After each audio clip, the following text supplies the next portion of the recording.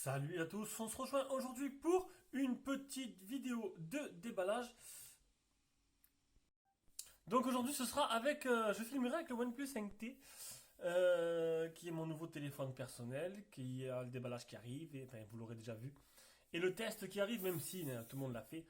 Bon, je vous ferai le test. J'ai mis la version bêta dedans, donc ce sera pour un peu plus sympa. Bon, par contre, je trouve qu'il n'a pas autant un grand angle que sur le Samsung S7. J'ai dû reculer le trépied. Mais bon, tant que ça fait une vidéo correcte, on va voir de suite. Donc une petite vidéo de déballage. Donc le téléphone, il sera à vendre, mais il sera à vendre sur le groupe Esprit New Phone. Donc vous le savez, pour ceux qui ne savent pas, on a créé un groupe, un groupe Facebook de vente de smartphones. Donc vous pouvez mettre vos téléphones à vendre et on mettra nos téléphones à vendre dessus aussi. Donc, et celui-là, il sera sur le groupe. Dès que le test ou le déballage sera terminé, je vais voir à peu près. Je pense que je vais le mettre de suite après la vidéo. Alors, donc c'est un téléphone qui vient pour changer, qui ne vient pas de Gearbest. Donc voilà, pour changer. Et on m'a souvent demandé pourquoi je faisais pas cette marque-là, pourquoi je faisais pas les Meizu. Tout simplement parce que Gearbest n'a pas de Meizu, à part le Meizu Pro qu'on prendra le mois prochain. Le Pro 7, je crois que c'est, excusez-moi, je ne vais pas dire de bêtises. Donc ils m'ont donné un adaptateur. Bon, cet adaptateur-là, honnêtement, ne les utilisez pas. Ils sont vraiment qualité premier prix. Achetez un adaptateur à 2 euros là, qui sera un peu de meilleure qualité en France si possible. Ça évitera de grands dangers peut-être. Donc, Meizu, donc le Meizu M9. Pourquoi ils l'ont mis comme ça? Donc c'est le M6S. Donc Meizu, pour ceux qui se connaissent, c'est une grosse marque chinoise qui vendait sur le marché chinois et qui ne vend plus. Voilà, Meizu s'est retiré du marché chinois. C'était trop compliqué pour eux, ou ils vendaient pas assez, ou c'était pas un marché assez important. Donc il s'est retiré du marché chinois. Donc du coup, ça va être plus sympa, vraiment pour nous maintenant, de les faire. Parce qu'avant, c'est vrai que faire un Meizu, ça avait moins d'intérêt puisqu'ils étaient vendus en France. Vu qu'ils sont plus vendus en France, maintenant ce sera un peu plus sympa. Donc là, si je suis à tâtons avec la vidéo, donc parce que c'est le OnePlus 5T, donc si des fois il y a des petits. Et ouais, le S7 il est en charge, il n'y a plus de batterie. Du coup, voilà. Donc le téléphone il est noir. Bon, ça ressemble à du Meizu comme d'habitude. Ça n'a pas changé. Ça ressemble aussi à du Xiaomi d'ailleurs. Alors il y a un film sur l'écran. C'est un film c'est pas un film de protection, c'est juste un film pour faire beau. Hop, on l'enlève. Du coup, on se retrouve qu'il n'y ait plus de film sur l'écran. Donc, le design, donc je l'ai pris noir. On a un appareil photo à l'arrière. Est-ce que ça zoome pareil? Oh, ça a l'air de zoomer pareil. Donc, un appareil photo à l'arrière qui ressort de la coque. Le simple flash LED. MBLU, pour ceux qui sachent, je sais pas ce que ça veut dire.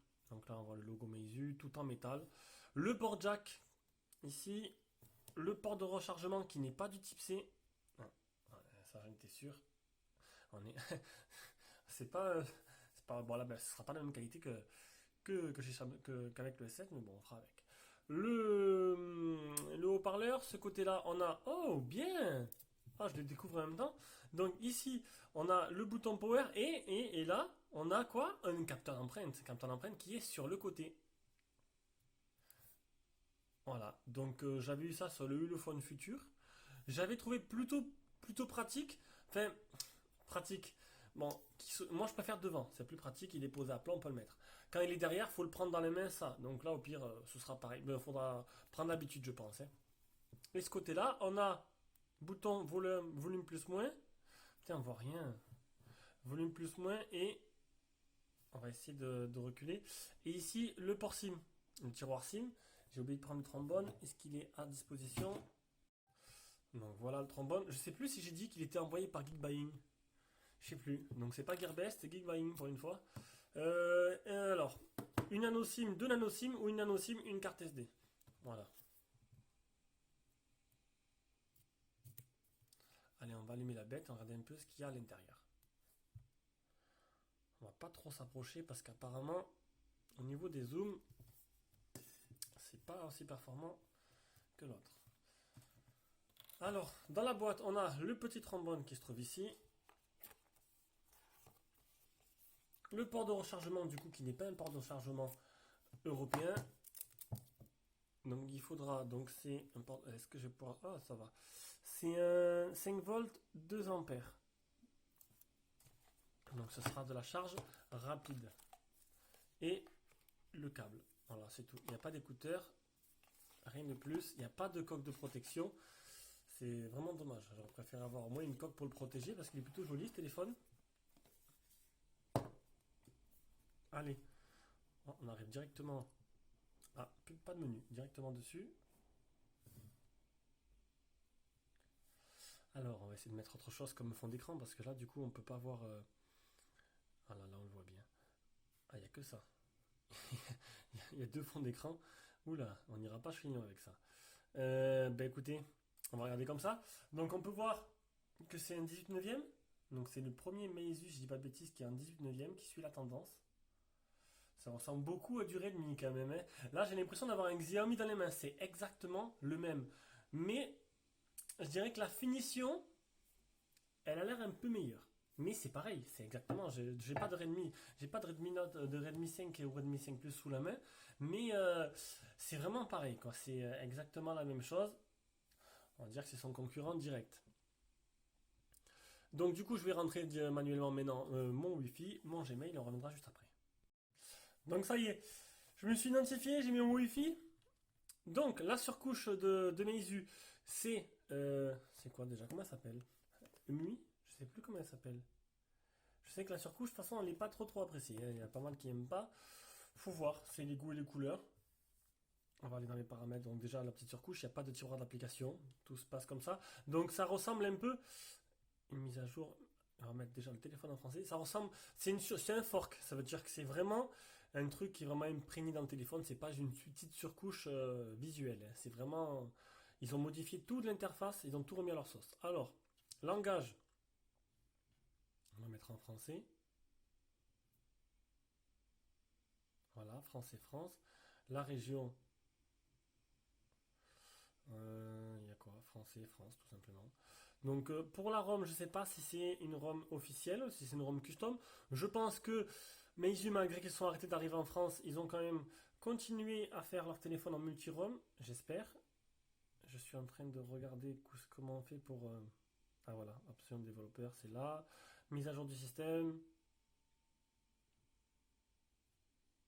Ah. Bon, j'ai l'impression que c'est une custom, puisque je n'arrive pas à rentrer dans les mises à jour. Petit point noir déjà. Accessibilité, application, langueur, Google, Stop Cache, localisation. Hop, on va mettre celui-là. On va mettre le téléphone de test. Hop, en silencieux. Autre compte, compte Meizu. Par contre, je sais pas où c'est du tout que c'est passé. Que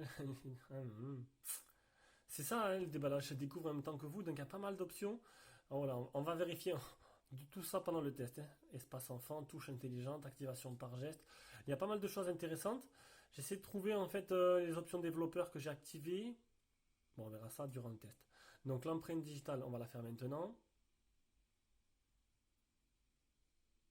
Faire glisser, mot de passe, c'est où? ID par empreinte digitale. Alors si c'est un mot de passe à 4 chiffres, on va faire 4 x 0, on va pas s'embêter. Posez votre doigt. Ah oui, c'est là. Faut prendre l'habitude, hein.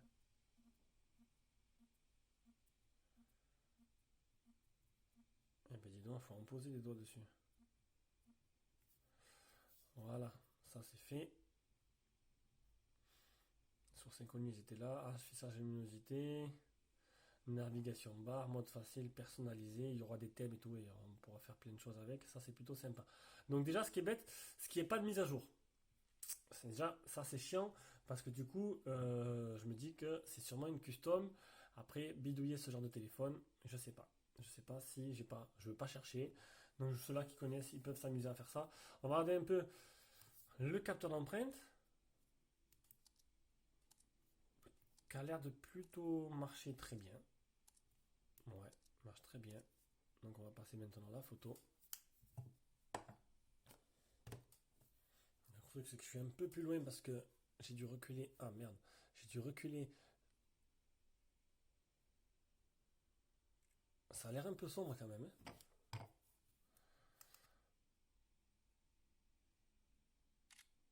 Ça a l'air plutôt pas mal. Donc pas de double appareil photo dessus, donc pas de mode bokeh.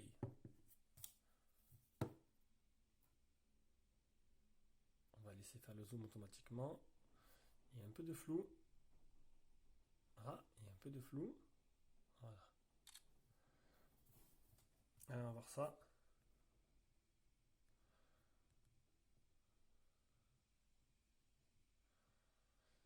Ça manque un peu de luminosité, je trouve. C'est où le capteur il capte pas assez de lumière, ou j'aurais pu mettre un peu plus... ou c'est juste la luminosité, tout simplement. Bon, c'est pas trop mal. Là, on a l'air d'avoir un capteur de qualité. J'ai l'impression qu'il y a le ZST, je sais pas quoi, d'activer. Bon, écoutez, on verra ça dans le test. Hein. J'approfondirai tout ça dans le test. Là, c'est juste un déballage. Qu'est-ce que je peux vous montrer d'autre? On va aller voir le prix maintenant. On a fait le capteur, on a fait l'appareil photo. Le design plutôt joli. Hein. Je vous l'ai dit, ça ressemble beaucoup à Xiaomi. On va aller faire le prix et les caractéristiques. Donc, ce Meizu 6S qui existe à 146 € au moins cher. Donc après, ça dépendra de la couleur de la config. Il est en plusieurs couleurs. Donc vous avez vu, il est en noir, il est en or, il est en bleu, en argent. Donc 4 couleurs, c'est plutôt sympa. Il a déjà d'être très réactif. Donc 146 € en vente flash. Je vous mets le lien d'achat en dessous dans la vidéo. Au niveau de la description, donc déjà on peut voir qu'il n'y a pas la B20. Il manque la B20 et la B28. Donc c'est un écran 5.7 en 720p+, et c'est un processeur Samsung Equinox. Donc Exynos. Donc je ne sais pas quel processeur équipe. Enfin, c'est un processeur de Samsung. Je ne sais pas dans quel téléphone Samsung ce processeur est lié, ça je veux dire. On va aller peut-être un peu plus bas. Voir les caractéristiques complètes. Donc c'est bien le M6S. Ah, FlymeOS, j'avais oublié. Donc il tourne sur FlymeOS. Il a la Mali G71 pour la partie graphique, 3 Go de RAM, 32 Go de mémoire interne, une carte SD extensible jusqu'à 128 Go. On va, mais si on voit rien. Un écran 5.7 en 720p+, donc c'est à peu près le concurrent du Redmi 5, voilà, qui est aussi en 5.7, c'est le même. Oula, les mises au point du OnePlus, voilà quoi. 2G, 3G, 4G, donc il manque la B20 et la B28, donc ça peut poser problème suivant où vous habitez. Moi je sais que ça posera pas problème, j'aurai quand même la 4G. 16 mégas l'appareil photo à l'arrière et 8 à l'avant, multilangue. Pas sûr que ce soit d'origine, mais bon. 3000 mAh la batterie, je l'ai mesuré. Les dimensions 152 x 72 sur 8 mm d'épaisseur pour 160 grammes. Voilà. Dommage qu'il n'est pas donné avec un protège. Enfin, il n'y a pas de film sur l'écran et il n'y a pas de coque. Ça, c'est dommage.